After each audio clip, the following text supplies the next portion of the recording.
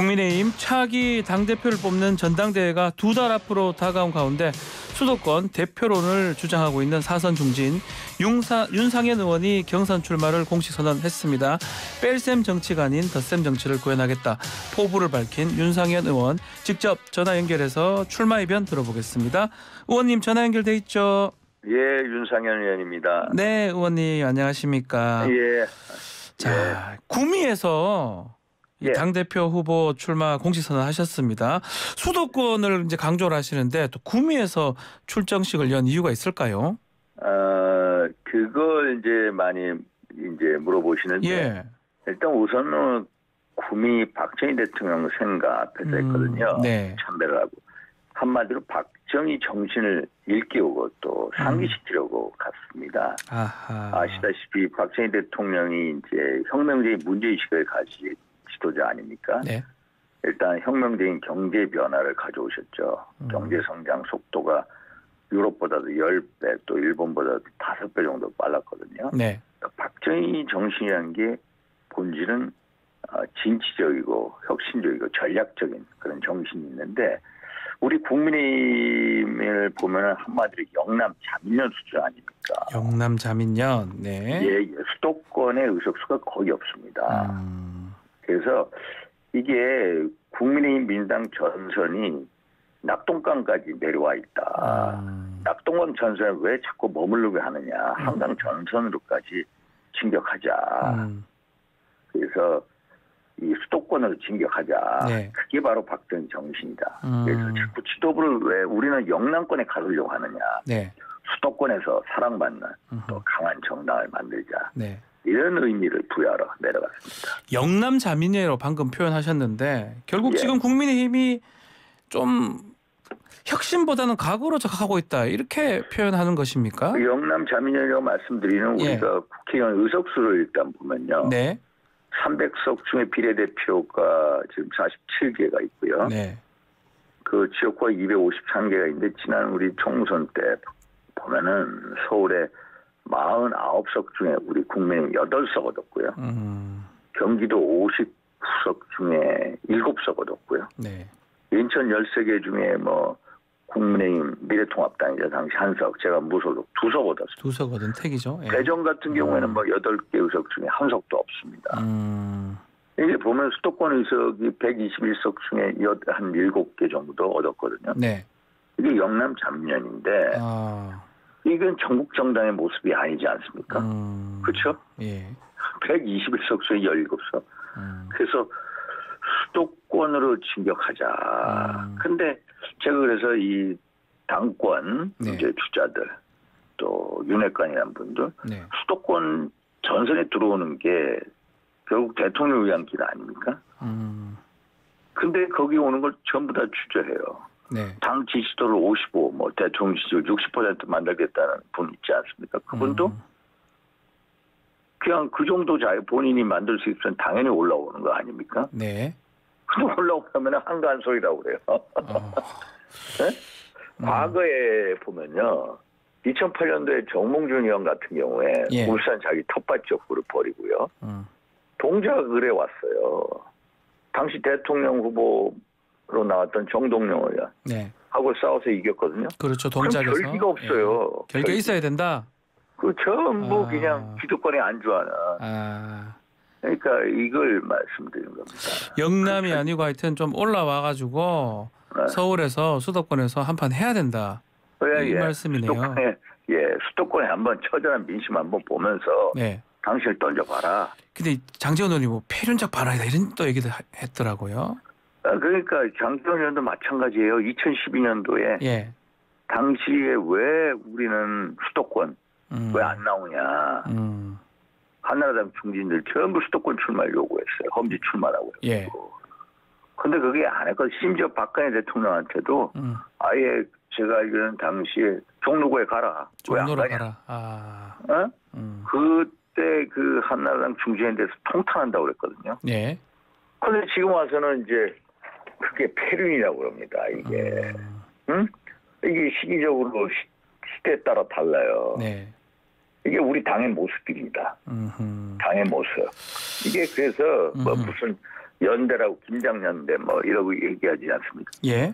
김장연대 한마디씩 텃밭연대입니다. 텃밭연대. 예, 텃밭연대라고요? 그러니까 대구, 경북, 뭐 영남 이렇게 그쪽 말씀하시는 안에서 겁니까? 영남 안에서 끼리끼리 하는 텃밭연대고요. 예. 제가 보기에는 한마디로 기득권연대고요. 기득권연대다. 또 한마디로 내로남불연대입니다. 아유, 알겠습니다. 이게 시대 때때로 달라요. 또 김기현 의원 같은 경우도 보면은 지난번 제가 공천심사위원장 하지 않았습니까?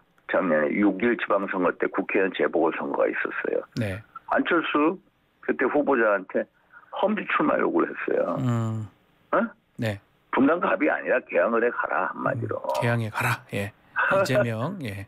본인은 수도권에 안 오려면서 이런 식으로 한마디로 해서 김장연대는 텃밭연대에다가 기득권연대에다가 내로남불연대다.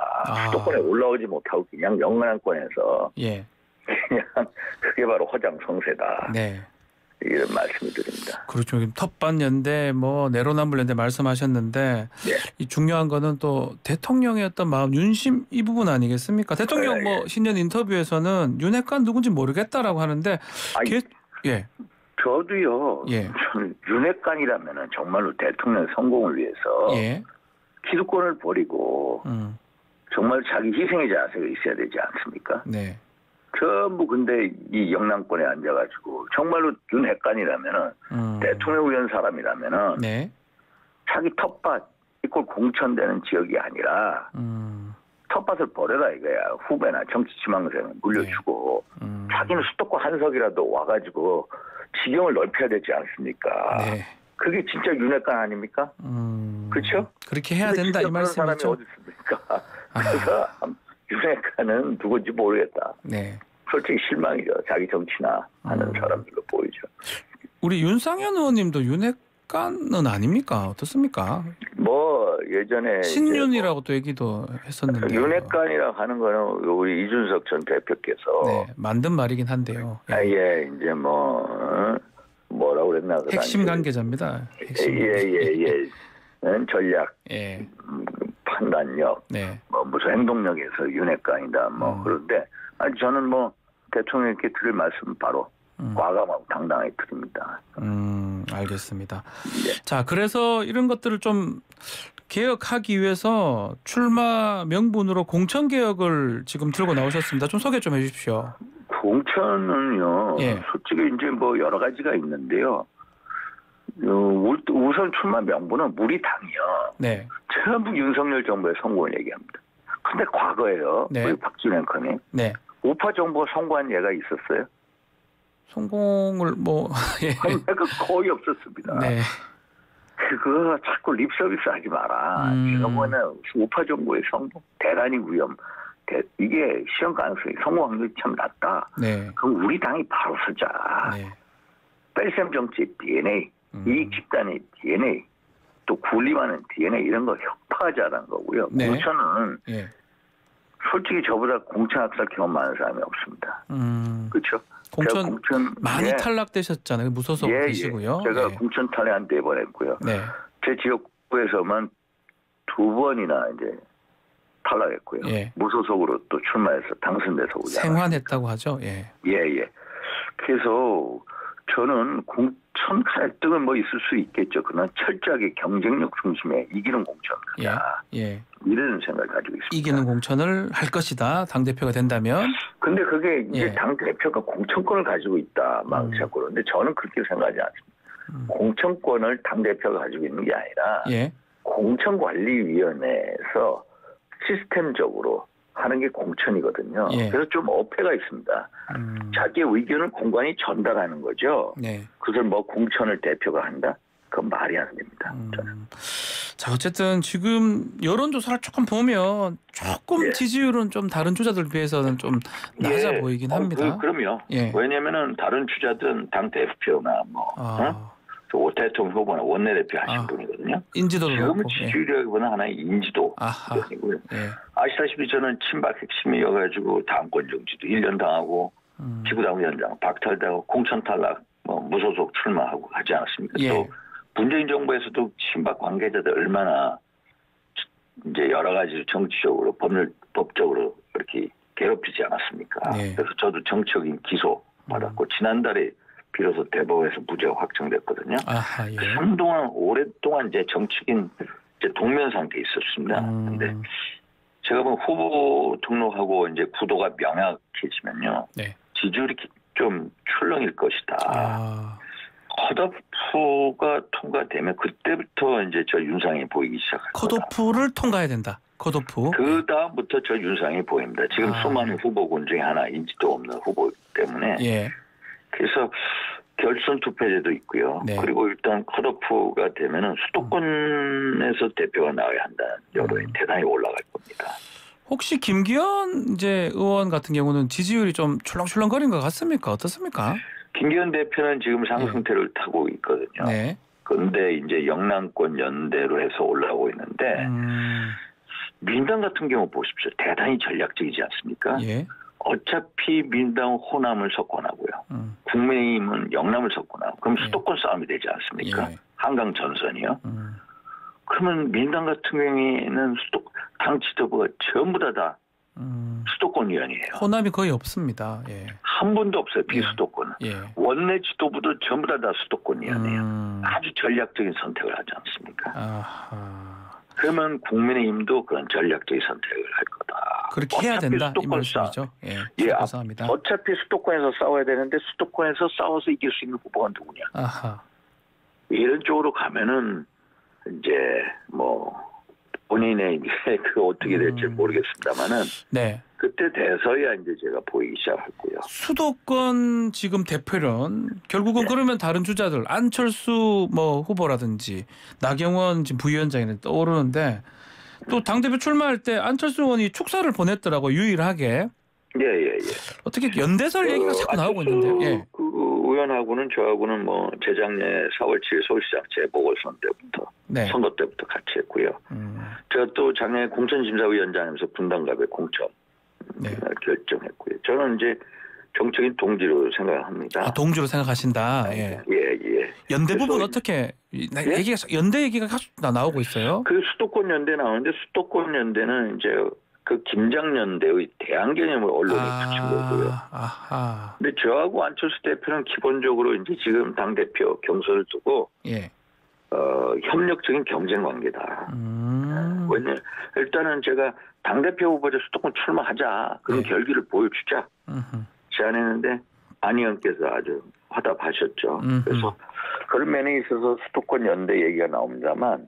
네. 이거는 김장연대의 대안 개념으로 언론에서 붙인 거다 이렇게 보고 있습니다. 나경원 부위원장도 출마하냐 마냐 이런 여러 가지 얘기가 나오고 있는데 최근에 어제죠 이 대통령실에서 이 나 부위원장 발표한 저출산 대책 그 반박하는 일이 생겼습니다.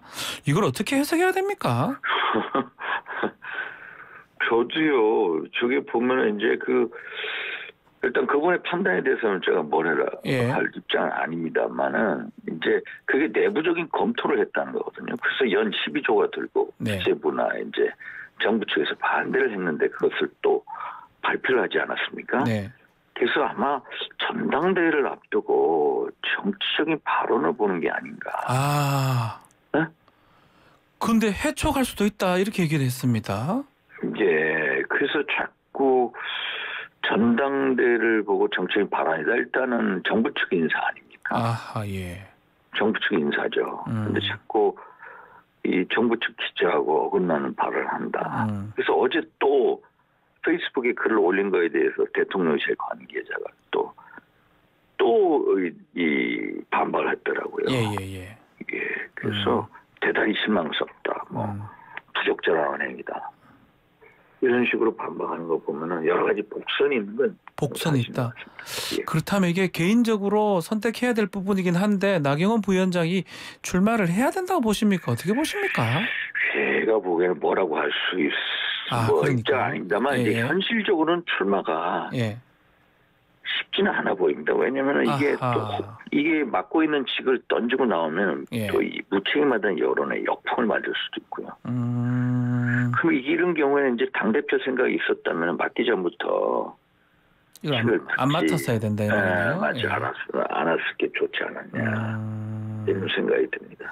그러면 지금 수도권 대표로 말씀하셨는데 결국 떠오르는 사람이 우리 윤상현 의원하고 안철수, 나경원 부위원장 이런데 수도권 대표론 측면에서 나 부위원장 카드는 또 괜찮은 거 아닙니까? 예. 당연히 이제 나경원 부위원장도 지난 총선에서 동작을 해서 낙선하지 그렇죠. 않습니까? 예. 낙선했습니다. 수도권 선거는 정말 처절하거든요. 네. 그래서 당연히 수도권 선거의 중요성을 본인도 알고 또 수도권 대표론 이런 면에 있으면 같이 할 수가 있겠죠. 네. 자, 그러면 연대도 가능하다 이 말씀이네요, 세 분이. 예. 알겠습니다. 자, 지금 중대선거구제 지금 대통령이 언급해서 논란이 되고 있는데 이게 뭐 수도권만 놓고 보면 국민의힘이 좀 유리하게 작용할 수도 있고 영남을 보면 또 아닌 것 같기도 하고요. 예. 우리 윤상현 의원께서는 어떻게 보십니까? 이거는요, 일단 소선구제가 문제가 많긴 많습니다. 예. 한마디로 승자 독식이죠. 사표가 너무 과다하게 배출이 되죠. 네. 한 명만 뽑으니까요. 또 양당 구도가 완전히 고착화되죠. 네. 또 특정 정당이 완전히 지역적으로 먹고 있지 않습니까? 예. 국민의힘은 명랑권, 또 민당 호남권 이런 식으로. 그래서 이게 결국은 이제 이런 문제점이 있기 때문에 중대선거구제 쪽으로 가야 된다. 네. 근데 이게 중대선거구제 하려면 이제 행정구역 개편 문제, 아하. 또 헌법 개정 문제, 또 이 정계 개편의 문제, 여러 가지 또 이 문제점이 있거든요. 그래서 결국 만약에 합의한다고 하더라도, 내년 선거에 적용되기는 쉽지 않겠네요. 당장 하긴 어려울 것이다. 다음 선거에는. 한다면은 2028년 아하. 다다음 총선 때부터 다다음 총선 때 가능할 것이다. 이런 목표를 가지고 접근하는 게 현실적으로 보입니다. 네. 그래서 일단 당원분들이나 전문가 의견을 충분히 수렴을 해야 되겠죠. 자, 그 외교 안보 상황 또 경제 상황까지 녹록치 않은데요. 지금 모임기에 지금 북한이 용산까지 왔지 않습니까? 예. 대통령실이나 정부의 대응 어떻게 보시는지요? 일단 군의 작전 실패. 예. 물론 이제 그 드론 5대가 오지 않았습니까? 무인기가. 근데 고도가 2km, 3km.